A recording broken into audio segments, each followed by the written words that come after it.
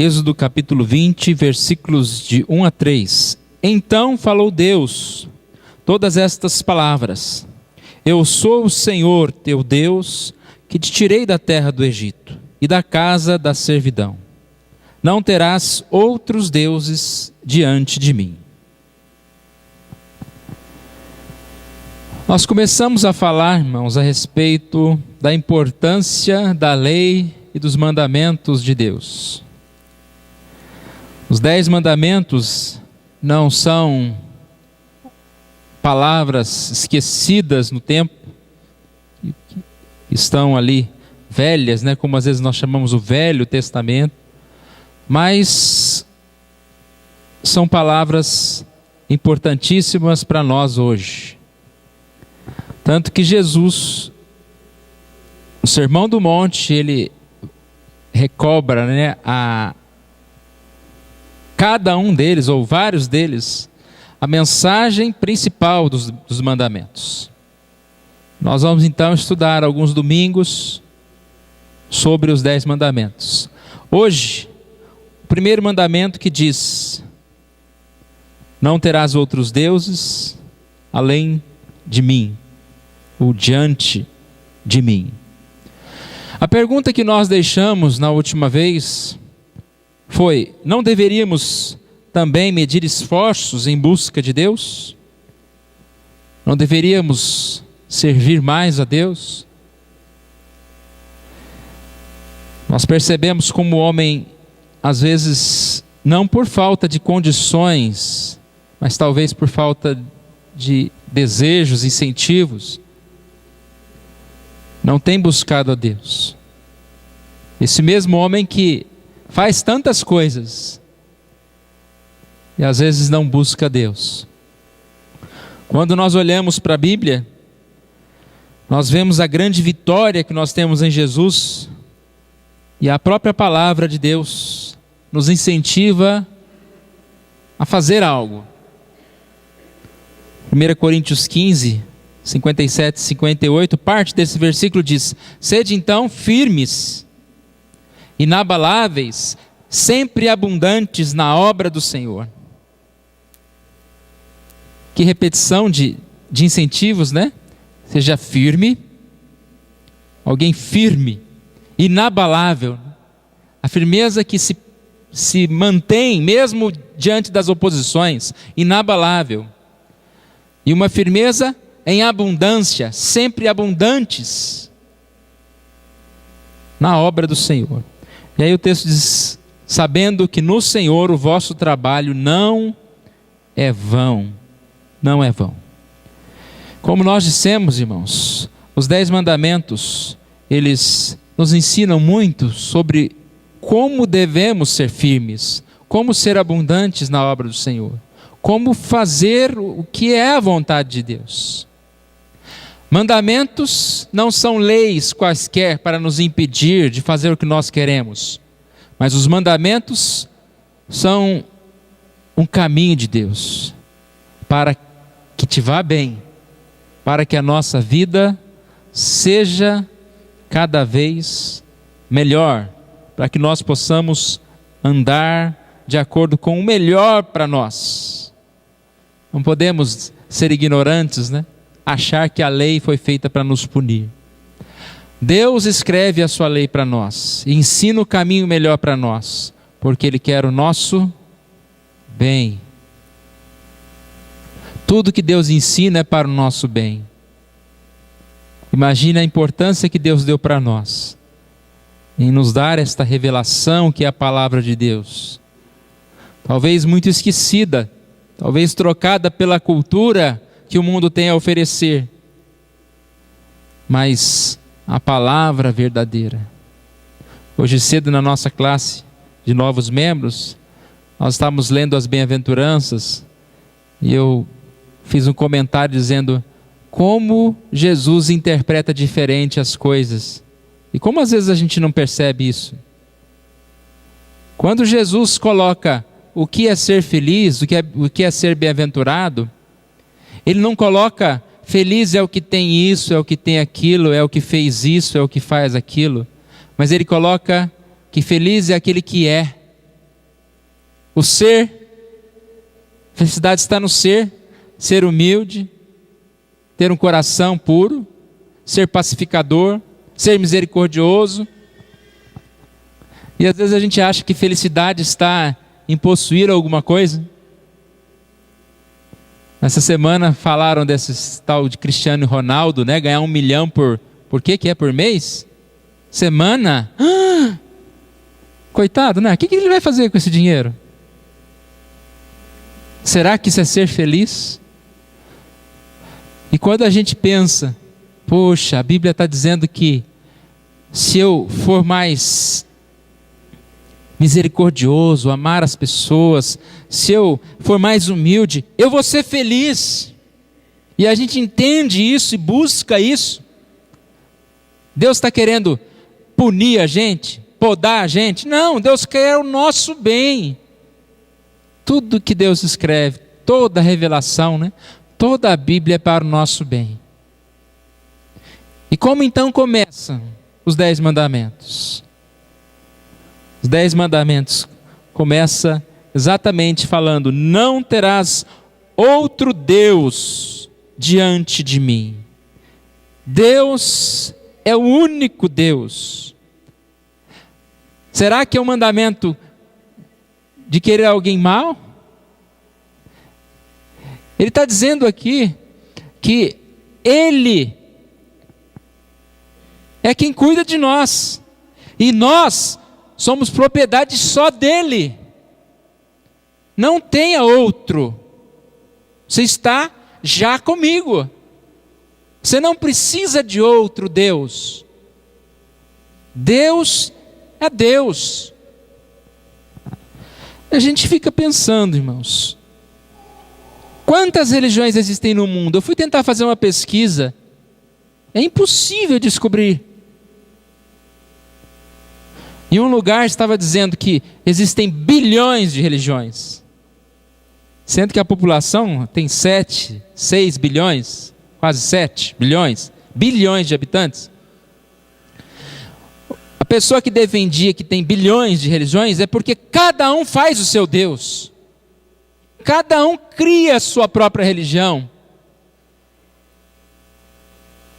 Parece que não existe uma pessoa igual a outra que segue a Deus de forma perfeita e segue o Deus verdadeiro. Quando a gente olha no mundo, as 8 maiores religiões, de 8 para trás, 8º lugar, Espiritismo, 13 milhões de adeptos. 7º lugar, Judaísmo, 15 milhões de adeptos. 6º lugar, Sikhismo. Não me pergunte o que é isso. 20 bilhões. Já pensou? Tem um negócio que a gente nem sabe o que é, que tem 20 milhões de adeptos. 5º lugar, o budismo, 376 milhões de adeptos. Religiões tradicionais da China, 400 milhões de adeptos. Hinduísmo, 900 milhões. E aí vem as 2 maiores. Islamismo, 1,6 bilhões. E cristianismo, 2,2.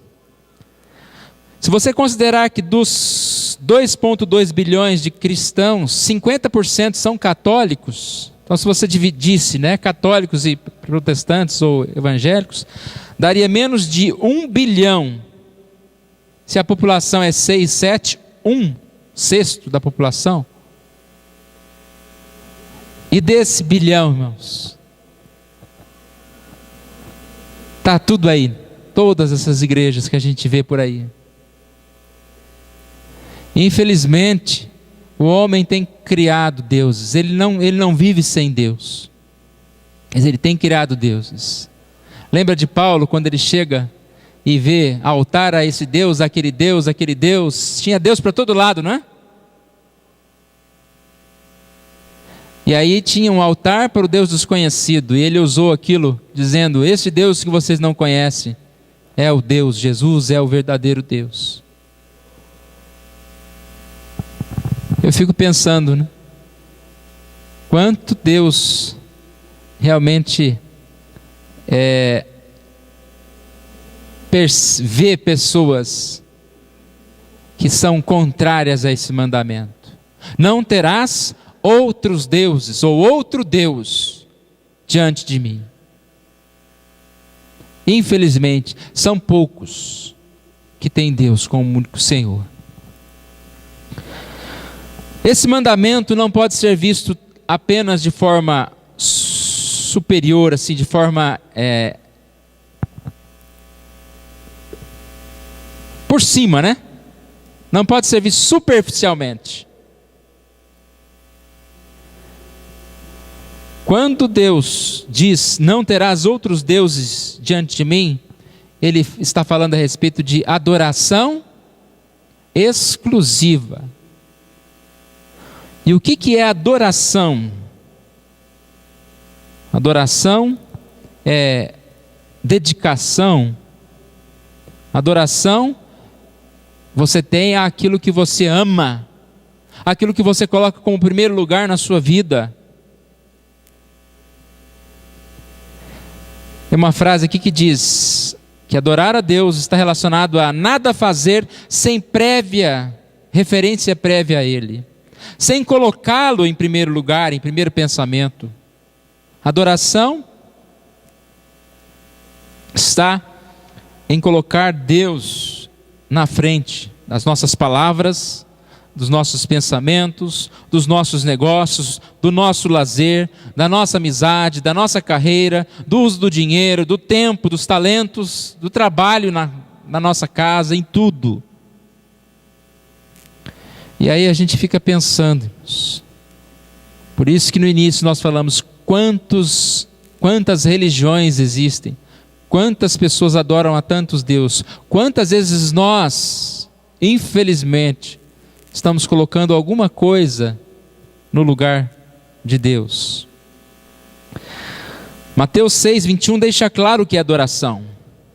Lá diz, onde está o teu tesouro, aí estará também o teu coração. E onde está o teu coração está o quê? A sua adoração. Irmãos, enganoso é o coração do homem. Facilmente corruptível é o nosso coração. E pessoas começaram até mesmo a amar a adoração do que adorar a Deus. Uma das frases mais, para mim, digamos assim, frases que colocam o nome de Deus em vão. Tem depois outro mandamento que fala isso. É aquela frase da Som Livre, né? Você adora e a Som Livre toca. Que mau gosto isso, gente. Você adora o quê? A música? Né? É um duplo sentido. Você adora a Deus. A Som Livre toca para você adorar a Deus. Ah, tá. Aparentemente você adora a música que você gosta, nós tocamos, porque você adora. E ali coloca uma frase velada, né? O que nós estamos adorando?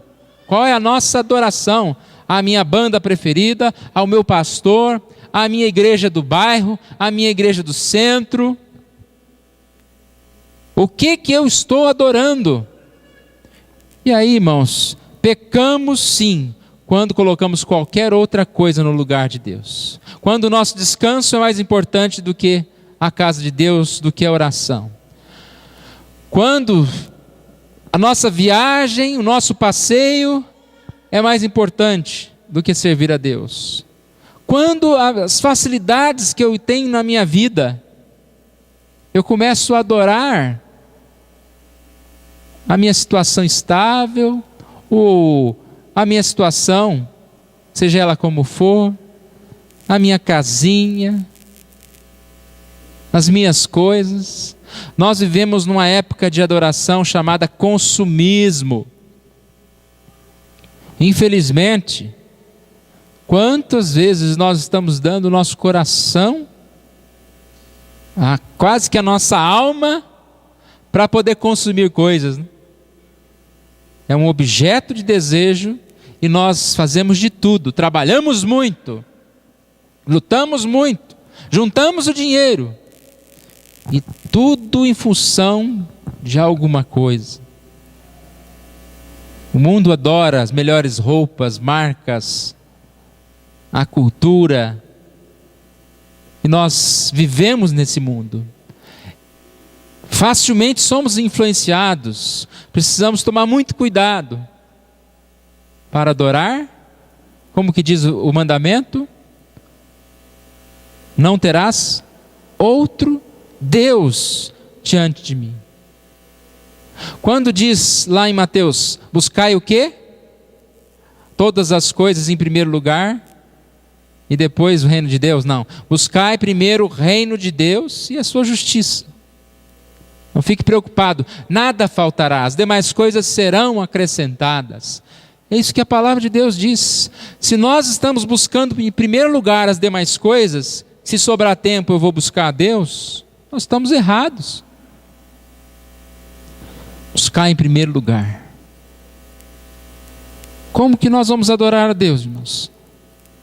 Deus é Espírito, Ele mesmo fala conosco, Ele nos chama, Ele coloca tarefas na nossa mão, né? Serviço. Ele nos dá uma igreja, Ele nos dá condição de pregarmos o Evangelho, e nós não podemos estar dizendo não, por estarmos distraídos com outras coisas. Mesmo se essas outras coisas não forem pecado, mas se for distração já é pecado, né? Porque você deixa de fazer o que deveria estar fazendo. Mateus 13:44 é uma parábola, a parábola do tesouro escondido. Eu creio que essa parábola, ela traz aqui um exemplo de como deve ou deveria ser a nossa forma, a nossa condição de buscar a Deus. Olha o que diz a parábola: o reino dos céus é semelhante a um tesouro oculto. Mateus 13:44. Tesouro oculto no campo,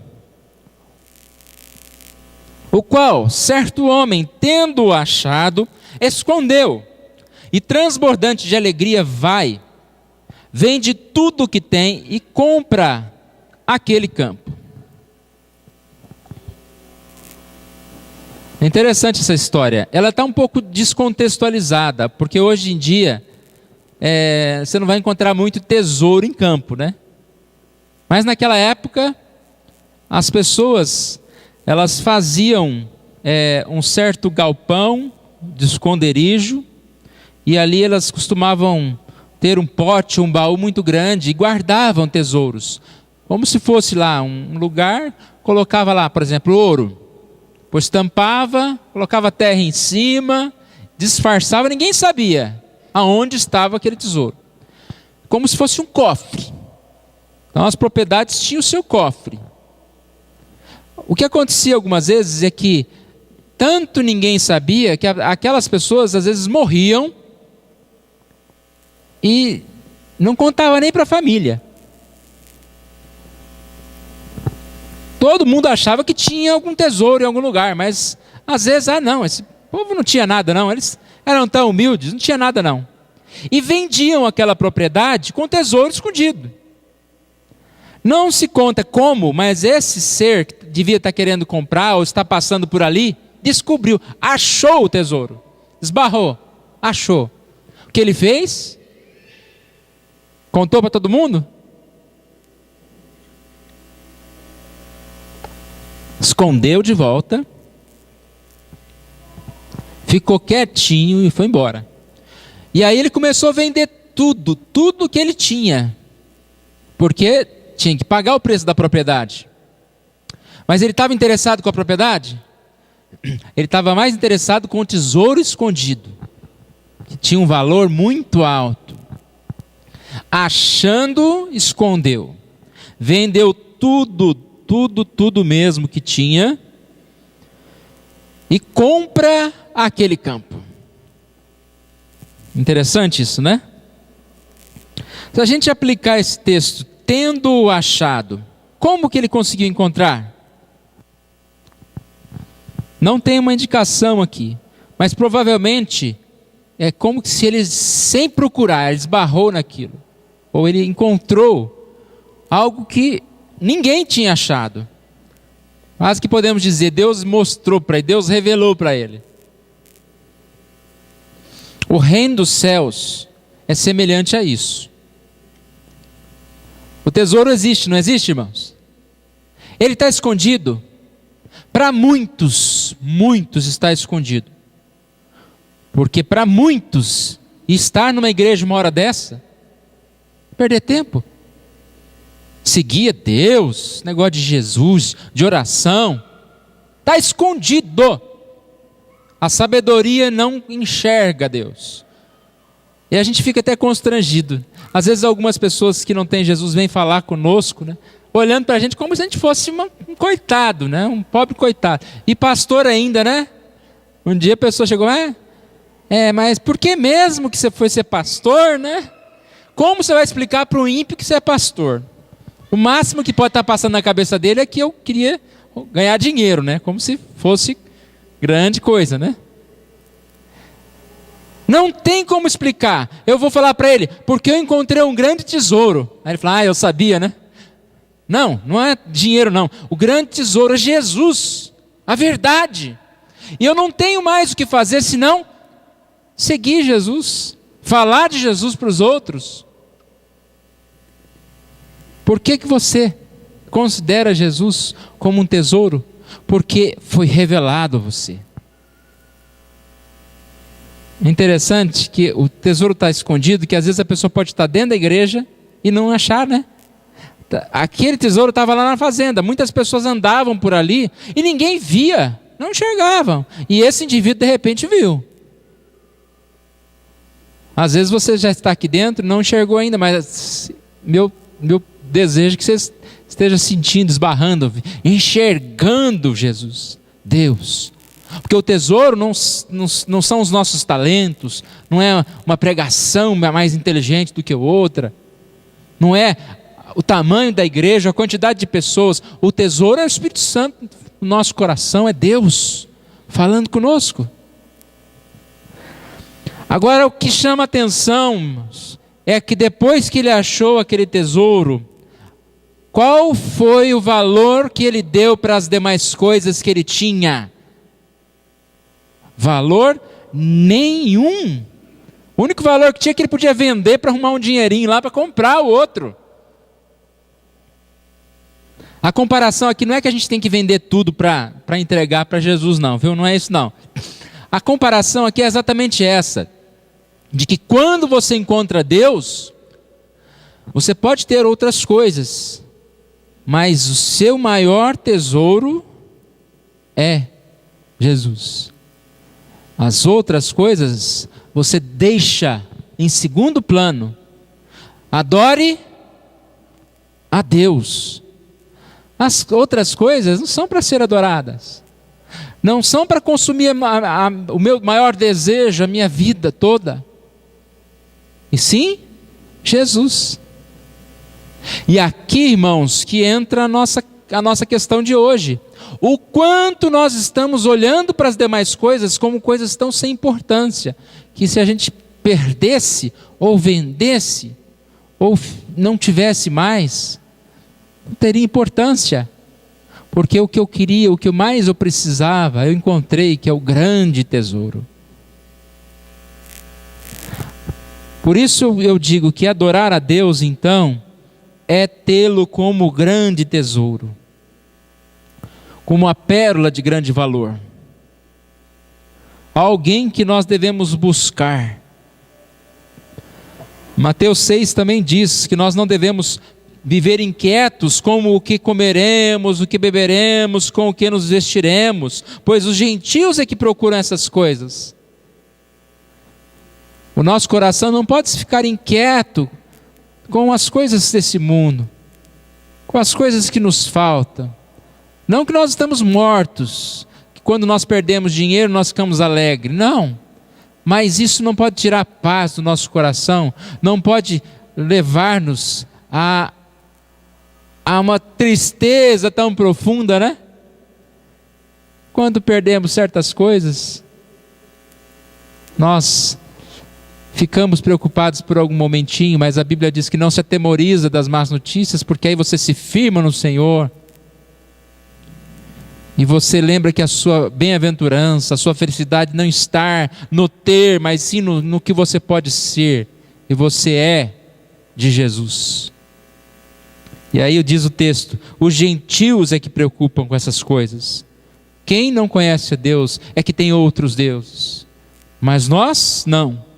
Sabemos que temos um Pai celeste e que sabe que necessita de todas elas. Sabe que nós necessitamos do comer, do beber, do vestir. E sabemos então que seremos sustentados por Deus. Aí ele diz, então buscar em primeiro lugar o reino de Deus e a sua justiça. Eu creio que adorar a Deus é fazer um compromisso diante de Deus, de nunca, irmãos, nunca mesmo, deixar que coisas venham nos separar, nos impedir de servir a Deus. De ir à igreja, de ajudar as pessoas, de ler a Bíblia, de orarmos, ter essa vida com Deus, buscar mais a Deus, buscar conhecer a Deus. E é muito bom ouvir isso de Deus, não é?